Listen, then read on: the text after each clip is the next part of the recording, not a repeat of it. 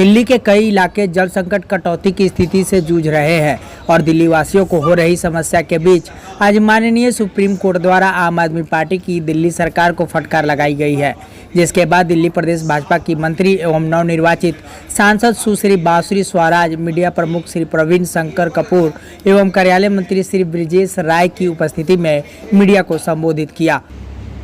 है या नहीं है पता नहीं है।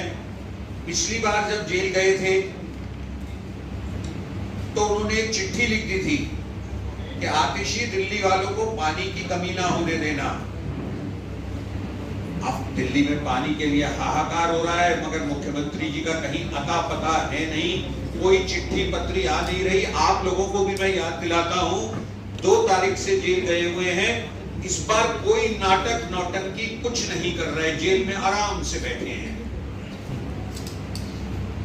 ऐसी स्थिति में पानी के मामले में कुछ बड़ी डेवलपमेंट्स आज फिर हुई हैं माननीय सर्वोच्च न्यायालय में। आज उस सब पर हमारी प्रदेश की मंत्री और अब हमारी नवनिर्वाचित सांसद नई दिल्ली क्षेत्र से बहन बांसुरी स्वराज जी पार्टी का वक्तव्य रखेंगी।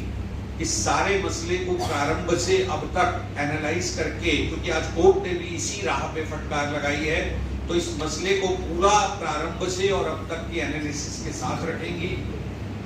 एक जानकारी आपको दे दूं कि हमारे साथ इस पत्रकार वार्ता में ब्रिजेश राय जी हैं जो हमारे कार्यालय मंत्री हैं, और परसों आपने देखा होगा कि इन्हीं के माध्यम से पार्टी ने एक पुलिस कंप्लेंट भी फाइल की दिल्ली जल बोर्ड में हो रही चोरियों के बारे में, जो अध्यक्ष जी स्वयं जाकर के इन्हें साथ ले जाकर के और वो कंप्लेंट दाखिल करके आई थी।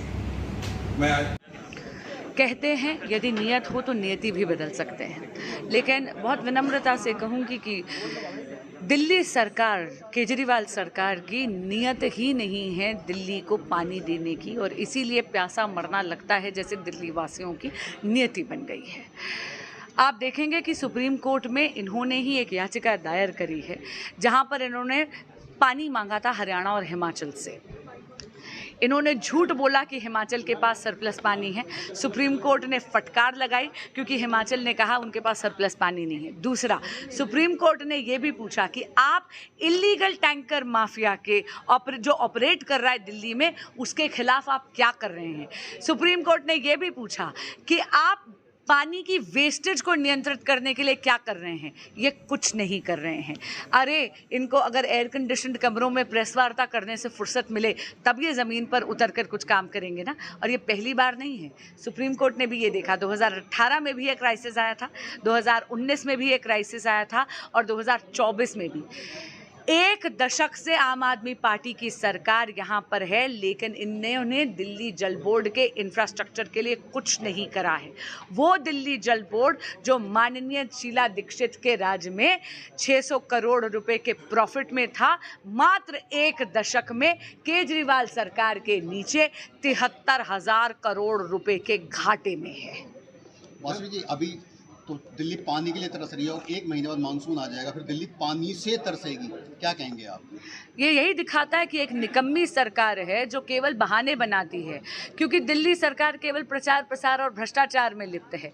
अब फ्लडिंग इसलिए होगी क्योंकि ये ड्रेन्स क्लीन नहीं करेंगे, यमुना जी की ड्रेजिंग नहीं करेंगे, और इसीलिए तब मानसून में दिल्ली जो है हमेशा पानी, अभी गर्मी में पानी के लिए तरस रही है, मानसून में पानी से तरसेगी। राजेंद्र नगर विधानसभा है, वहाँ दलित बस्ती है दशहरा, वहाँ की महिलाएं कह रही हैं काफ़ी महीनों से पानी तो आ नहीं रहा, साथ में विधायक क्या जब जाते हैं तो पुलिस से बल प्रयोग करवाते हैं। बहुत दुर्भाग्यपूर्ण बात है कि एक जनप्रतिनिधि एक माफिया की तरह ऐसे ऑपरेट कर रहे हैं। कुछ समय पहले पंजाबी बस्ती का भी हमारे पास हमारे यहाँ पर एक संज्ञान में एक मैटर आया था। बहुत मेहनत कर दिल्ली जल बोर्ड पर दबाव डालकर वहाँ पर कुछ टैंकर भिजवाए हैं, लेकिन वहाँ पर भी मैं आपको बता दूं, आम आदमी पार्टी के कार्यकर्ता गुंडागर्दी पर उतर आते हैं और अवरोध डालते हैं कि हम जनता तक पानी ना पहुँचा पाए। गुंडागर्दी की आपने बात करी, और अभी ही आतिशी जी ने बोला है अपनी पंक्ति में कि अगर